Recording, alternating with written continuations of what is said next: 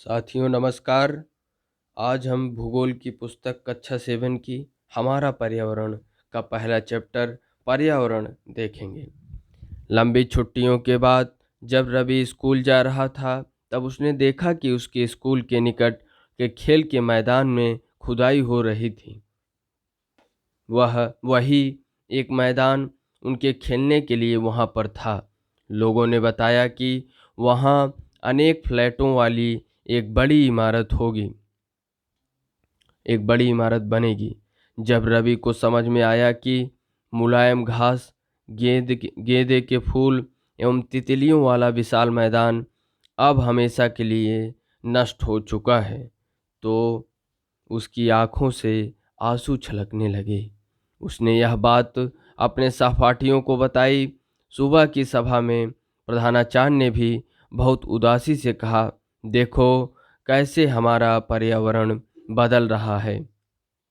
कक्षा में पहुंचकर रवि ने अपने शिक्षक से पूछा, पर्यावरण क्या है? जो कुछ भी आप अपने आसपास देखते हो, शिक्षक ने बताया। रवि कहने लगे, इसका अर्थ है स्कूल भवन, मेज, कक्षा में रखी कुर्सियां, यहाँ तक कि खुला मैदान, सड़क, कूड़ा करकट, मेरे दोस्त, ये सभी हमारे पर्यावरण के अंग हैं।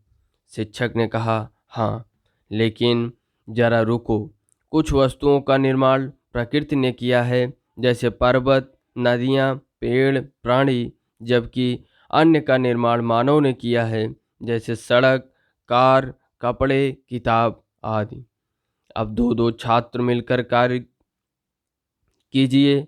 अपने निकट बैठे सहपाठी के साथ मिलकर प्रकृति एवं मानव द्वारा निर्मित वस्तुओं की सूची बनाइए।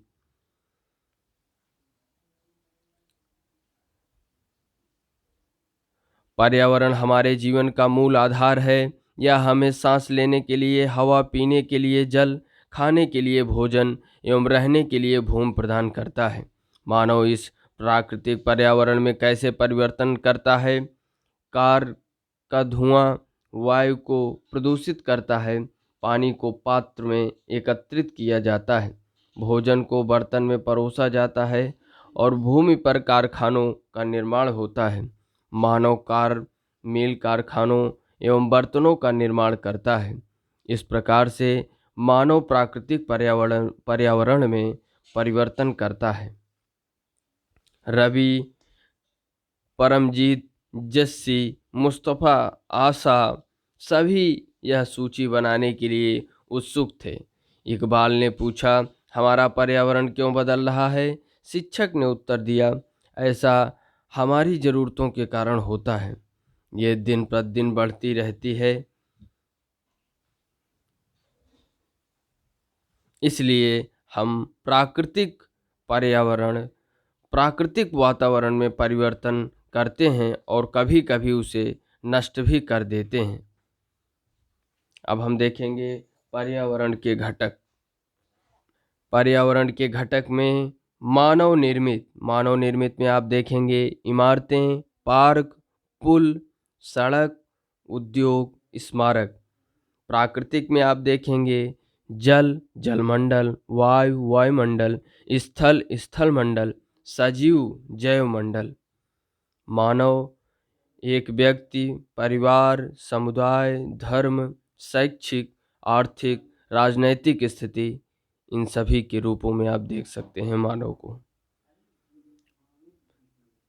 ऊपर के जीवीय सजीव प्राणियों का संसार, जैसे पादप एवं जंतु। अजीवीय निर्जीव पदार्थों का संसार, जैसे स्थल। ऊपर के वार्तालाप से आप समझ गए हैं कि किसी भी जीवित प्राणी के चारों ओर पाए जाने वाले लोग, स्थान, वस्तुएं एवं प्रकृति को पर्यावरण कहते हैं। फिर से देखें, किसी भी जीवित प्राणी के चारों ओर पाए जाने वाले लोग, स्थान, वस्तुएं एवं प्रकृति को पर्यावरण कहते हैं। यह प्राकृतिक एवं मानव निर्मित परिघटनाओं का मिश्रण है। प्राकृतिक पर्यावरण में पृथ्वी पर पाई जाने वाली जीवी एवं अजीवी दोनों परिस्थितियां सम्मिलित हैं। जीवी यानी सजीव प्राणियों का संसार जैसे पादप एवं जंतु, अजीवी मतलब निर्जीव पदार्थों का संसार जैसे स्थल। जबकि मानवीय पर्यावरण में मानव की परस्पर क्रियाएं, उनकी गतिविधियों एवं उनके द्वारा बनाई गई रचनाएं सम्मिलित हैं। अब हम देखेंगे प्राकृतिक पर्यावरण। भूमि, जल, वायु, पेड़ पौधे एवं जीव जंतु मिलकर प्राकृतिक पर्यावरण बनाते हैं। स्थल मंडल, जल मंडल, वायुमंडल एवं जैव मंडल से आप पहले से ही परिचित होंगे। आइए अब हम इनके संबंध में कुछ और तथ्य की जानकारी प्राप्त करें। पृथ्वी की ठोस परपटी या कठोर ऊपरी परत को स्थल मंडल कहते हैं। यह चट्टानों एवं खनिजों से बना होता है एवं मिट्टी की पतली परत से ढका होता है।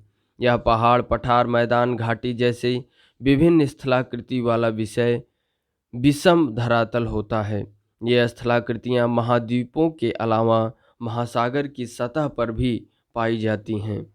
स्थलमंडल वह क्षेत्र है जो हमें वन, कृषि एवं मानव बस्तियों के लिए भूमि, पशुओं को चरने के लिए घास स्थल प्रदान करता है। यह खनिज संपदा का भी एक स्रोत है।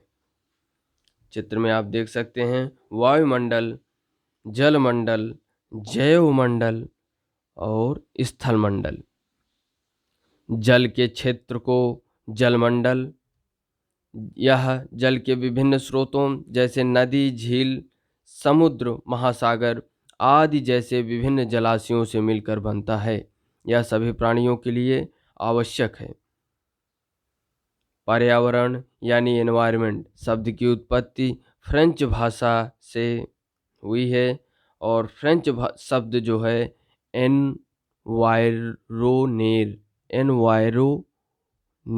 या एनवायरोनेर से हुई है, जिसका अर्थ है पड़ोस। आओ कुछ करके सीखें। अपने आसपास के स्थल को देखिए और आपके पड़ोस में भूमि का उपयोग किस किस प्रकार हो रहा है उसकी सूची बनाइए। आओ कुछ करके सीखें। अपने घर एवं स्कूल से में आप जो पानी उपयोग करते हैं वह कहाँ से आता है। हमारे दैनिक जीवन में पानी के विभिन्न उपयोगों की सूची बनाइए। क्या आपने किसी को पानी व्यर्थ करते देखा है? कैसे? आओ कुछ करके सीखें। स्कूल जाते समय आसमान को देखें, ध्यान दें दिन कैसा है, वर्षा हो रही है, आसमान में बादल है, तेज धूप है या कोहरा इत्यादि है। पृथ्वी के चारों ओर फैली वायु की पतली परत को वायुमंडल कहते हैं। पृथ्वी का गुरुत्वाकर्षण बल अपने चारों ओर के वायुमंडल को थामे रखता है। यह सूर्य की झुलसाने वाली गर्मी एवं हानिकारक किरणों से हमारी रक्षा करता है। इसमें कई प्रकार के गैस, धूल कण एवं जलवाष्प उपस्थित रहते हैं। वायुमंडल में परिवर्तन होने से मौसम एवं जलवायु में परिवर्तन होता है। पादप एवं जीव जंतु मिलकर जैवमंडल या सजीव संसार का निर्माण करते हैं। पादप एवं जीव जंतु मिलकर जैवमंडल बनाते हैं। यह पृथ्वी का वह संकीर्ण क्षेत्र है जहाँ स्थल, जल एवं वायु मिलकर जीवन को संभव बनाते हैं। अब हम देख लें पारितंत्र। वह तंत्र जिसमें समस्त जीवधारी आपस में एक दूसरे के साथ तथा पर्यावरण के उन भौतिक एवं रासायनिक कारकों के साथ परस्पर क्रिया करते हैं जिसमें वे निवास करते हैं। ये सब ऊर्जा और पदार्थ के स्थानांतरण द्वारा संबद्ध हैं। पारतंत्र क्या है? रवि की कक्षा के एक एनसीसी कैंप में जस्सी ने आश्चर्य से कहा, कितनी मूसलाधार वर्षा हो रही है। इससे मुझे अपना केरल याद आ गया। तुम सबको आकर देखना चाहिए कि कैसे हरे भरे खेतों एवं नारियल के बागानों में लगातार बारिश होती रहती है। तभी जैसलमेर के रहने वाले हीरा ने आश्चर्य से कहा, हमारे यहाँ वर्षा होती ही नहीं, हमें तो दूर दूर तक केवल कीकर एवं रेत ही नजर आती है। लेकिन वहाँ ऊँट भी तो मिलते हैं, रवि ने कहा। आओ कुछ करके सीखें। कहानी के बच्चों कहानी के बच्चों की तरह आप भी अपने पर्यावरण स्थान का चित्र या फोटो लगाइए। अब आप देख सकते हैं एक तालाब का पारितंत्र।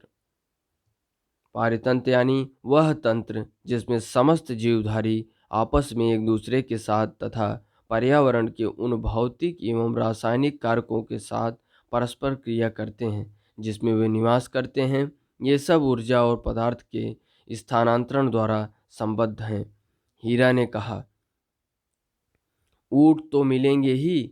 जब तुम हमारे रेगिस्तान आओगे तो तुम्हें सांप, छिपकली एवं अनेक कीट भी देखने को मिलेंगे।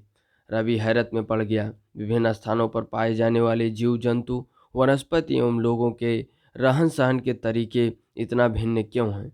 क्या सभी का एक दूसरे के साथ संबंध है? बिल्कुल, बहुत संबंध है। शिक्षक ने कहा, सभी पेड़ पौधे, जीव जंतु एवं मानव अपने आसपास के पर्यावरण पर आश्रित होते हैं। प्रायः वे एक दूसरे पर भी आश्रित हैं। जीवधारियों का आपसी एवं अपने आसपास के पर्यावरण के बीच का संबंध ही पारितंत्र का निर्माण करता है। अधिक वर्षा वाले वन, घास स्थल, रेगिस्तान, पर्वत, झील, नदी, महासागर एवं छोटे से ताल का भी एक पारितंत्र हो सकता है। क्या आपको लगता है कि जिस पार्क में रवि एवं उसके मित्र खेलते थे वह भी एक पारितंत्र बनाता था? क्या आप जानते हैं, प्रत्येक वर्ष 5 जून को विश्व पर्यावरण दिवस मनाया जाता है। वस्तु विनिमय पद्धति, यह वस्तुओं की अदला बदली का व्यापार है जिसमें धन का प्रयोग नहीं होता। अब हम देखेंगे मानवीय पर्यावरण। मानव अपने पर्यावरण के साथ पारस्परिक क्रिया करता है और उसमें अपनी आवश्यकता के अनुसार परिवर्तन करता है। प्रारंभिक मानव ने स्वयं को प्रकृति के अनुरूप बना लिया था। उनका जीवन सरल था एवं आसपास की प्रकृति से उनकी आवश्यकताएं पूरी हो जाती थी। समय के साथ कई प्रकार की आवश्यकताएं बढ़ी। मानव ने पर्यावरण के उपयोग और उसमें परिवर्तन करने के कई तरीके सीख लिए। उसने फसल उगाना, पशुपालन एवं स्थायी जीवन जीना सीख लिया। पहिए का आविष्कार हुआ, आवश्यकता से अधिक अन्न उपजाए गए, वस्तु विनिमय पद्धति का विकास हुआ, व्यापार आरंभ हुआ एवं वाणिज्य का विकास हुआ। औद्योगिक क्रांति से बड़े पैमाने पर उत्पादन प्रारंभ हो गया। परिवहन तेज गति से प्रारंभ हुआ। सूचना क्रांति से पूरे विश्व में संचार सहज और द्रुत हो गए। क्या आप जानते हैं कि आप गर्मी में रसीला तरबूज एवं सर्दी में भुनी हुई मूंगफली क्यों पसंद करते हैं? प्राकृतिक एवं मानवीय पर्यावरण के बीच सही संतुलन होना आवश्यक है। मानव को पर्यावरण के साथ समरसता से रहने एवं उसका उपयोग सीखना चाहिए। रवि की कक्षा में मिजोरम की एक लड़की है, नूरी। वह अक्सर अपने स्थान की हरियाली की बात करती रहती है।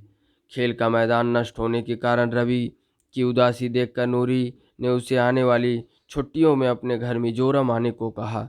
रवि के शिक्षक ने सभी बच्चों से कहा, छुट्टियों में वे जिन स्थानों पर जाएंगे वहाँ के भूदृश्य, घरों एवं लोगों के क्रियाकलापों का चित्र बनाकर लाएं। आओ कुछ करके सीखें। अपने पड़ोस की किसी बुजुर्ग व्यक्ति से बात करें और निम्न जानकारी प्राप्त करें।